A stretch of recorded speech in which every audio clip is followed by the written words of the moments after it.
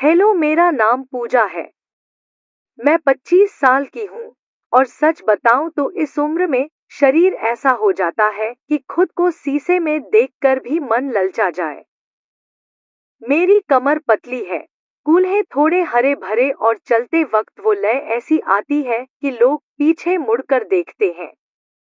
मेरे बाल लंबे हैं, काले, और जब मैं उन्हें खोलकर खिड़की पर खड़ी होती हूँ तो हवा उन्हें उड़ाती है और मुझे लगता है जैसे कोई छू रहा हो। मेरी हंसी में एक मिठाई है। लोग कहते हैं कि मेरी आवाज सुनकर दिल को सुकून मिलता है, लेकिन कुछ लोगों की आंखों में वो चमक आ जाती है जो कुछ और कहती है। मैं गांव की हूँ। हमारा गांव है रामनगर, जहाँ खेत हरे भरे रहते हैं और शामें लंबी होती हैं। मैं अपनी कहानी खुद सुना रही हूँ, जैसे कोई दोस्त बैठकर घंटों बात कर रही हो। ये कहानी थोड़ी लंबी है, धीरे धीरे चलती है और इसमें वो सब है जो तुम सोच रहे हो, लेकिन वैसा कुछ नहीं होता जो तुम उम्मीद कर रहे हो। बस सुनते जाओ। हमारे गांव में एक पुराना तालाब है, बड़ा साफ पानी वाला, जहां गर्मियों में लोग नहाने जाते हैं, लेकिन लड़कियां कम जाती हैं क्योंकि रास्ता जंगल से होकर जाता है। मैं अक्सर शाम को वहां जाती थी अकेले, क्योंकि मुझे उस शांति से प्यार है। पानी के किनारे बैठकर पैर लटकाकर रखती और सोचती रहती। एक शाम मैं वहीं थी, साड़ी का पल्लू हवा में उड़ रहा था, बाल गीले थे क्योंकि मैंने पैर पानी में डाले थे। तभी दूर से कोई आता दिखा, लंबा गोरा, कंधा चौड़े और हाथ में एक कैमरा लटका हुआ। मैंने सोचा शायद कोई फोटोग्राफर है। वो पास आया और बोला, बहन जी, ये तालाब कितना सुंदर है, क्या मैं कुछ फोटो ले सकता हूँ? मैंने ऊपर देखा, उसकी नजर मेरे चेहरे पर थी, लेकिन थोड़ी देर के लिए नीचे भी गई। मैं मुस्कुराई और बोली, ले लीजिए, लेकिन सावधानी से, पानी गहरा है, कैमरा गिर गया तो निकालना मुश्किल होगा। वो हमसा, चिंता मत करो, मैं चीजों को अच्छे से पकड़ता हूँ। उसका नाम था विक्रम।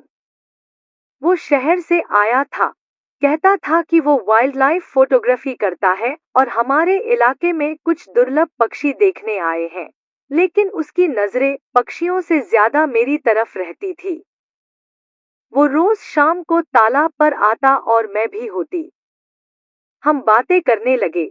वो फोटो लेता रहता, कभी पेड़ों की, कभी पानी की लहरों की, और कभी कहता, पूजा, तुम इस तालाब के साथ कितनी अच्छी लगती हो, क्या मैं कुछ फोटो ले सकता हूँ? मैंने ऊपर देखा, उसकी नजर मेरे चेहरे पर थी, लेकिन थोड़ी देर के लिए नीचे भी गई। मैं मुस्कुराई और बोली, ले लीजिए, लेकिन सावधानी से, पानी गहरा है, कैमरा गिर गया तो निकालना मुश्किल होगा। वो हमसा, चिंता मत करो, मैं चीजों को अच्छे से पकड़ता हूँ। उसका नाम था विक्रम। वो शहर से आया था, कहता था कि वो वाइल्ड लाइफ फोटोग्राफी करता है और हमारे इलाके में कुछ दुर्लभ पक्षी देखने आए हैं, लेकिन उसकी नजरें पक्षियों से ज्यादा मेरी तरफ रहती थी। वो रोज शाम को तालाब पर आता और मैं भी होती। हम बातें करने लगे। वो फोटो लेता रहता, कभी पेड़ों की, कभी पानी की लहरों की, और कभी कहता, पूजा, तुम इस तालाब के साथ कितनी अच्छी लगती हो, जैसे तुम्हारा ही हिस्सा हो। मैं हंसती, हिस्सा तो सबका है, लेकिन ज्यादा गहराई में जाना जानलेवा होता है। वो करीब आकर बैठता, बोला, गहराई ही तो मजा देती है, ऊपरी सतह पर क्या रखा है। मैं कुछ नहीं कहती, बस मुस्कुरा देती। धीरे धीरे हमारी बातें लंबी होने लगी। वो मुझे अपने कैमरे में फोटो दिखाता, कहता, देखो ये सूर्यास्त कितना सुंदर है, लाल लाल, जैसे कोई गर्म हो रहा हो। मैं देखती और कहती, हाँ, लेकिन ज्यादा देर देखोगे तो आंखें जल जाएंगी। वो हंसता और कहता, जलने में भी एक अलग मजा है ना। मैं विषय बदल देती। एक शाम वो बोला, पूजा, तुम्हारे बाल कितने अच्छे हैं, क्या मैं एक पिक्चर ले सकता हूँ?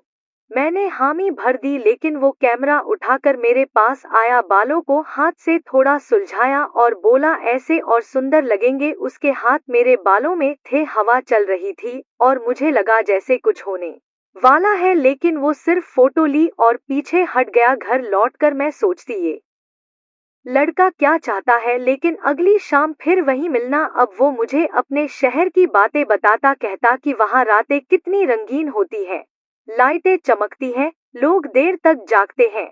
मैं कहती हमारे यहाँ भी रातें लंबी होती हैं, लेकिन अंधेरा गहरा होता है। वो बोला अंधेरे में ही तो असली मजा है, जब कुछ दिखता नहीं तो छूकर महसूस करना पड़ता है। मैं चुप हो जाती।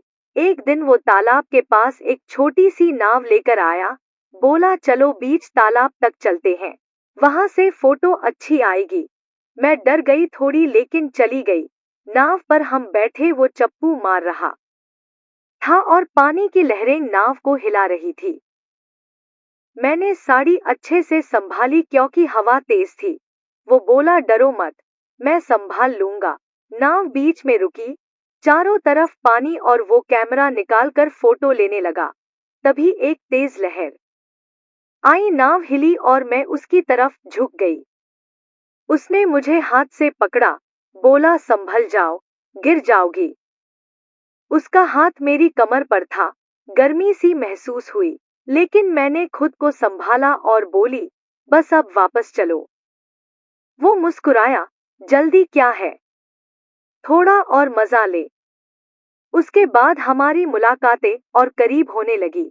वो कभी मेरे घर के पास आता, माँ से मिलता, कहता कि पूजा मुझे गांव घुमा रही है। मम्मी खुश होती, लेकिन मुझे चेताती शहर वाले चालाक होते हैं, दूर रहना। लेकिन मैं जाती रही।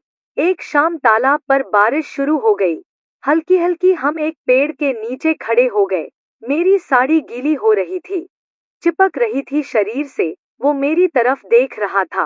बोला पूजा तुम गीली लग रही हो, कितनी सुंदर। मैंने शर्माते हुए कहा चलो घर चलते हैं, लेकिन वो बोला थोड़ी देर और, रुके, बारिश का मजा ले।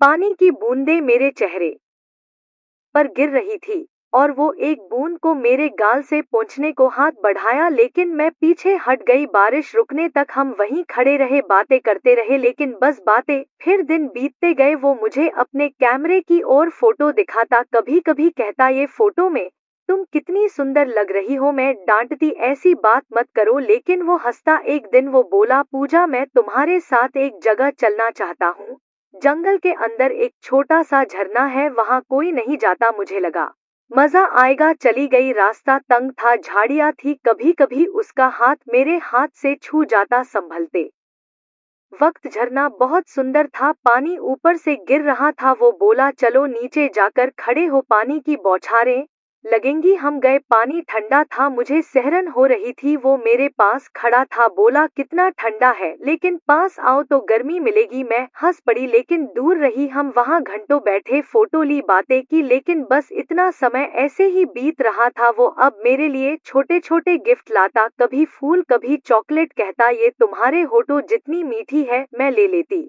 लेकिन कहती ज्यादा खाओगे तो नुकसान होता है। एक शाम वो बहुत सीरियस होकर बोला सोनिया मुझे तुमसे कुछ कहना है। मेरा दिल जोरों से धड़कने लगा अब वो बात कहेगा जो मैं सोच रही थी। हम तालाब के किनारे बैठे थे, चांद निकला हुआ था, पानी में चांदनी चमक रही थी। वो मेरे पास सरका, बोला तुम्हारे साथ ये दिन कितने अच्छे बीते, लेकिन अब मुझे जाना है। मैं चौंकी, कहाँ? वो बोला शहर वापस, मेरा प्रोजेक्ट खत्म हो गया, लेकिन उससे पहले एक सच बताना है। मैं रुक कर उसकी तरफ देखने लगी। वो बोला पूजा मैं कोई फोटोग्राफर नहीं हूँ, मैं यहाँ तुम्हारे पिताजी के कहने पर आया था। तुम्हारे पापा और मेरे पापा पुराने दोस्त हैं। वो चिंता करते थे कि तुम अकेली बहुत घूमती हो, तालाब जंगल जाती हो, कहीं कुछ हो ना जाए। तो उन्होंने मुझे भेजा कि तुम्हारी देखभाल करूं छुपकर, लेकिन मैंने सोचा छुपकर क्या, खुलकर दोस्ती कर लूं। सारी फोटो, सारी बातें, सब तुम्हें सुरक्षित रखने के लिए था। मैं तुम्हारा रक्षक था, कोई और नहीं। और अब मुझे खुशी है कि तुम इतनी समझदार हो कि किसी के बहकावे में नहीं आई। मैं पहले तो हैरान रह पड़ी, बातें, सारे इशारे, सब एक बड़ा प्लान था मेरी सेफ्टी के लिए। वो जो छूना, पास आना, सब सिर्फ नाटक था कि मैं सतर्क रहूं, लेकिन असल में कभी कुछ गलत नहीं हुआ। अब संजय मेरा बड़ा भाई जैसा है। वो शहर गया लेकिन अब भी फोन करता है, पूछता है कि तालाब पर अकेले मत जाना। और मैं अब समझ गई हूँ कि जिंदगी में जो चमक दिखती है वो हमेशा सोना नहीं होती, कभी कभी वो सिर्फ सुरक्षा का आवरण होता है। तो ये थी मेरी कहानी। जो लोग कुछ और रहे थे वो निराश होंगे, लेकिन जो सच समझते हैं उन्हें अच्छी लगी ना।